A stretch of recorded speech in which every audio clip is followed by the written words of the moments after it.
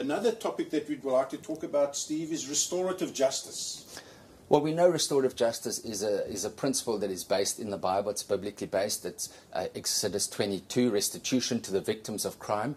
And we, from the ACDP, right from the word go, were able to address this issue at a very high level, even at the United Nations, where we were invited to speak on this issue by the influential Prison Fellowship International in Washington, and we were able to address an ancillary meeting on an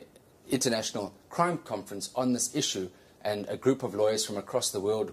after much prayer, were able to influence a United Nations resolution that all countries in the world will look at restorative justice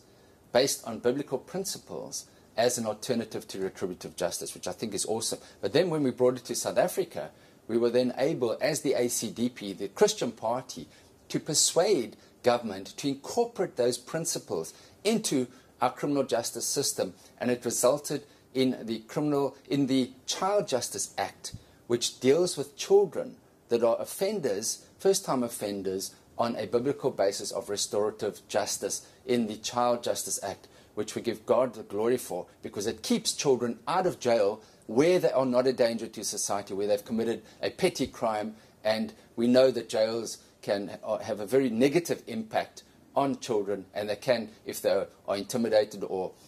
peer pressured into a lifetime of gangsterism through jails, we need to restore them into becoming healthy citizens. So that was a major milestone, and we give God the glory for that.